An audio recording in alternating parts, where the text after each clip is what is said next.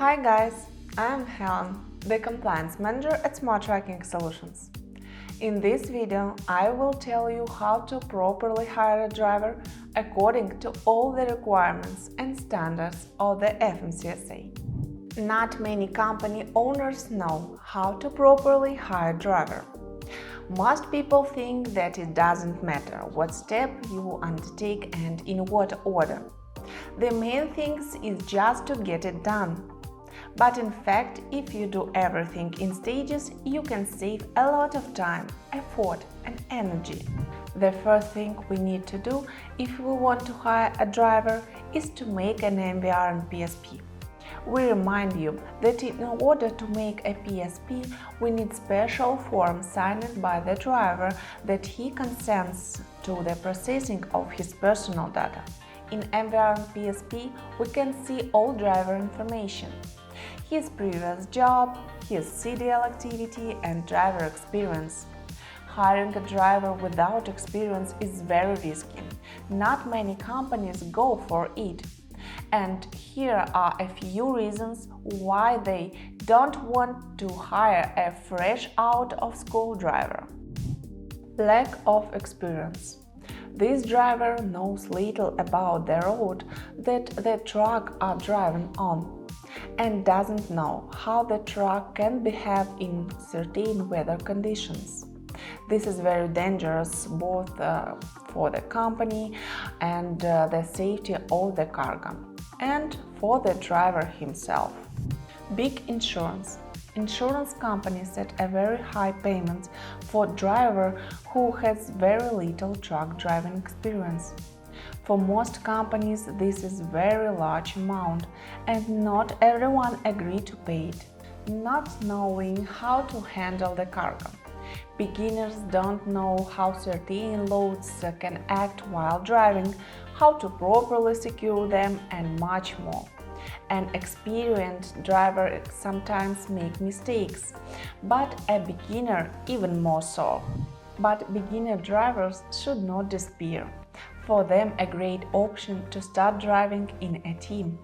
A driver with experience will tell them a lot of new things, teach them and show them practical examples. In addition, they will get more experience. Also, in MVR&PSP we can find information about accidents, if any. If the driver suits you, then we send the MVR&PSP to the insurance company. The insurance company should tell us how much the insurance for this driver will cost. And if the employer is satisfied with everything, then we move on. Checking the driver in Clearinghouse. We must make sure that the driver doesn't have a problem with drugs or alcohol. The company cannot hire a driver who started the SAP program. This is a program that driver must complete if they have tested positive for drugs or alcohol. But a company can hire a driver who has completed the entered program and only the final test is left to complete it. If you want to send a driver for a drug test to complete the program, then you need to send him for a return to duty test. This test can be certified as pre-employment. Don't make the mistake of doing the opposite. Pre-employment will not be consented as return to duty. The driver will not complete the program and you will hire a driver who is forbidden to work. The company can end up with a big fine for doing so. The first step is passing a drug test. All companies use different clinics and I can show you how a job test is done. But I can tell you approximately how much will cost and how much it takes to wait for the result. This test costs from $70 and the results usually come within 2-4 days. If you don't receive the test result during this time, check with the clinic or the company you have signed a contract for testing with and clarify the reason for a delay.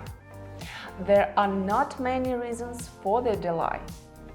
It could be something as simple as misreporting or more serious, like a positive drug test. This is the most common reasons for delayed results. In the meantime of waiting for a result on drug test, we are taking a look at the name of the companies for which the driver used to work. To the last three, we should send the pre-employment verification form. This will protect the company from hiring unscrupulous drivers. If the drivers at previous place of their work behave incorrectly, then you can find out from the answer to their letter. The characteristic of the driver can tell you a lot. In my practice, there were cases when the driver has a clean record and no accidents and all inspections are good. But from testimonials from previous workplace, we learned that he didn't show up for work or delayed the delivery of the cargo. And he couldn't also disappear for several days along with the truck. This is what we can find out from the letter of recommendation from previous employers. So, we get the results of the drug test and the answer from his previous job, and everything suits us. We can sign a contract with the driver. We suggest following all the points and not skipping any. This can prevent you as a company from many problems that arise during the employment. Now, more than ever, with the current situation in this industry, you can't afford doing things the wrong way. We hope you found this video helpful. Call us if you have any questions or need help hiring driver to your company. Like and subscribe to the channel and be sure to click the bell so you don't miss a new video with more information for you. Bye bye!